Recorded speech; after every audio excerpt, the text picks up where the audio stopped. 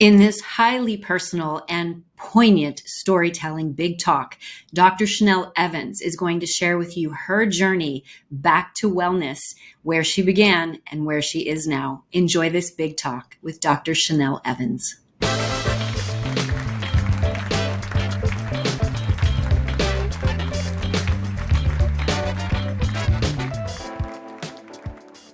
Clouds made of cotton candy, trees like loaves of bread, roads paved with jelly beans. No one ever has to wash their hair. Houses glow in the dark. Bubbles aren't wet when they pop. Bees buzz but don't sting. Everyone has the pet of their dreams. Things don't break or fall apart. No one is ever mean. Everything is nice and sweet, the kind of place you never leave.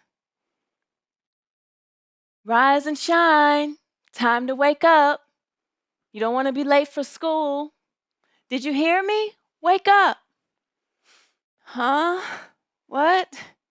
Oh, okay, I'm up. Oh no, it was just a dream. I wanted to live in my poem forever. As children, we're natural visionaries and dreamers. Do you remember dreaming about how many kids, cars, or pets you'd have? I'm sure you remember being asked who you wanted to be when you grew up. How many of us became that doctor, lawyer, engineer, teacher, dancer, artist? But there can also be a dark side, different kinds of dreams. Some children might dream of becoming a showgirl, drug dealer, gang member. Others may simply dream to get out. That was me. I dreamt of getting out of Arkansas. Truth be told, I don't know how I made it out without a kid or two. I don't say that to shame or blame anyone else. I'm saying I know exactly what my story could have been. My dream gained some definition in high school when I considered being a college basketball player. I was a tenacious player and loved to play defense, the type that was proud to come off the bench. Unfortunately, multiple dislocations of my right shoulder led to surgery. And soon after I started playing again, my left shoulder started dislocating. The threat of more pain, injury, and another surgery made me too scared to play. But I didn't want to abandon my team. So I gave myself another role. I sat the coach down and told her about it. I hung flyers in the locker room. I let each of my teammates know that although I wouldn't be playing anymore, I would still be around as a motivational therapist. Never mind you, I didn't know much about therapy or motivation for that matter. But I do recall watching a psychologist on a talk show after school, Dr. Phil. Thankfully, I performed well academically. I was voted most likely to succeed and earned scholarships to attend Jackson State University, a historically Black institution, where I majored in psychology and then pursued my doctorate in clinical psychology. The dream expanded. I wanted to become a funded academic researcher. I can't tell you how shocked I was when I landed a postdoctoral fellowship at Columbia University, one of the most prestigious and well-resourced institutions in the world. How could I say no? The dream was unfolding in real time. Imagine a wide-eyed, ambitious, young Black mother and wife from the Deep South standing in the bright lights of New York City. I was ready to hit the ground running, ready to make my mark. But my body said, bitch, please. I hit the ground all right, but I couldn't run. Hell, some days I could barely move. My body was no longer reliable. My life became riddled with mysterious aches and pains. I was devastated. My dreams were shattered. My marriage wasn't going well. The fallout from the divorce cost me the religious community that had once received me. I experienced massive amounts of mommy guilt, especially when hugs from my little one felt excruciating. I was utterly defeated. Nothing was the same. Everything I knew about myself and my life had changed. Now, getting a diagnosis, that was an adventure in itself. and the relief it offered was short-lived. The verdict? Fibromyalgia. Technically, fibromyalgia is a chronic and invisible condition that causes widespread pain, sleep problems, fatigue, emotional and mental distress, affecting 4 million adults in the US. But on these streets, it's the disease that is and isn't. It's a catch-all diagnosis used when medical tests don't look that abnormal, but you're sick as hell. Early in my career, I was very curious about how people who lived with chronic and terminal illnesses engaged with their pain. How some of these folks could take their greatest pain and turn it into a catalyst for growth. I've since developed a framework that not only fosters resilience, the ability to bounce back quickly to a prior level of well-being, but also moves folks beyond resilience and into post-traumatic growth. Post-traumatic growth refers to positive byproducts and life changes that folks might experience in the aftermath of adversity. You've likely heard people talking about it when they describe feeling wiser, stronger, more spiritual, closer to others, having more appreciation for life because of their pain. When it comes to the intersecting realities of Black and Brown folks, post-traumatic growth takes on additional meaning.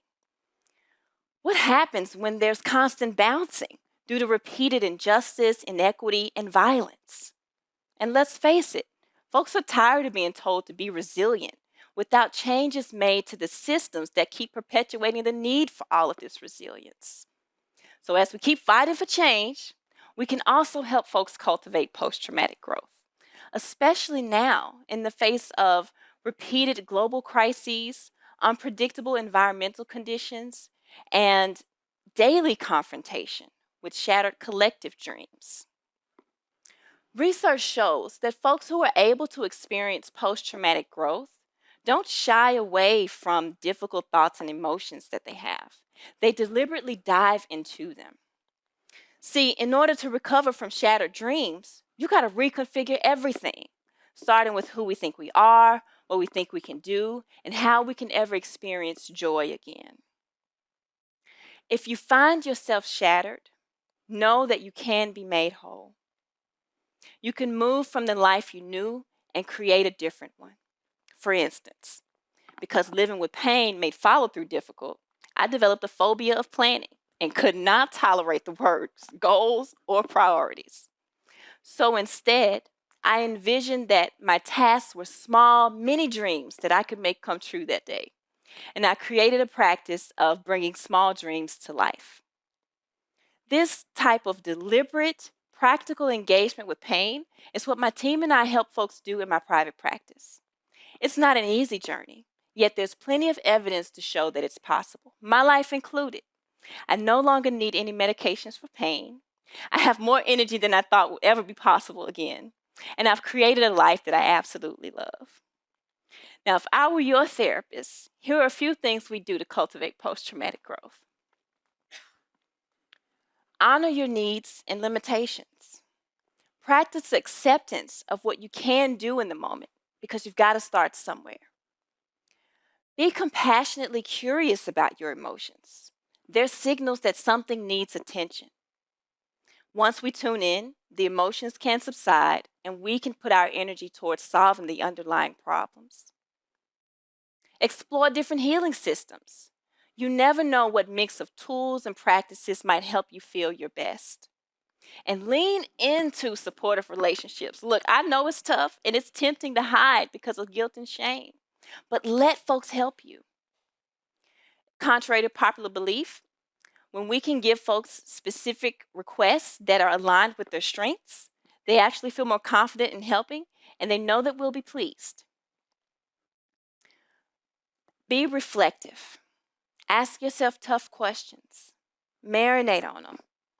Be willing to evaluate the effectiveness of everything you believe, think, and do.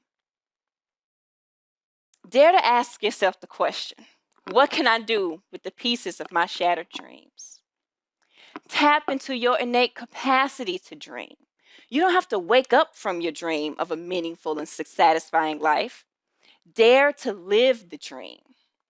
Let's live the dream that no matter what devastates us, our lives are not merely characterized as before and after.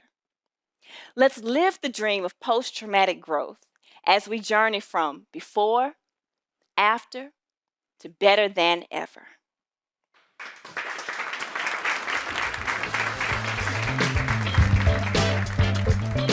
If you love this talk by Dr. Shenell Evans, be sure to share what your biggest takeaways are in the comments so we can fully support you.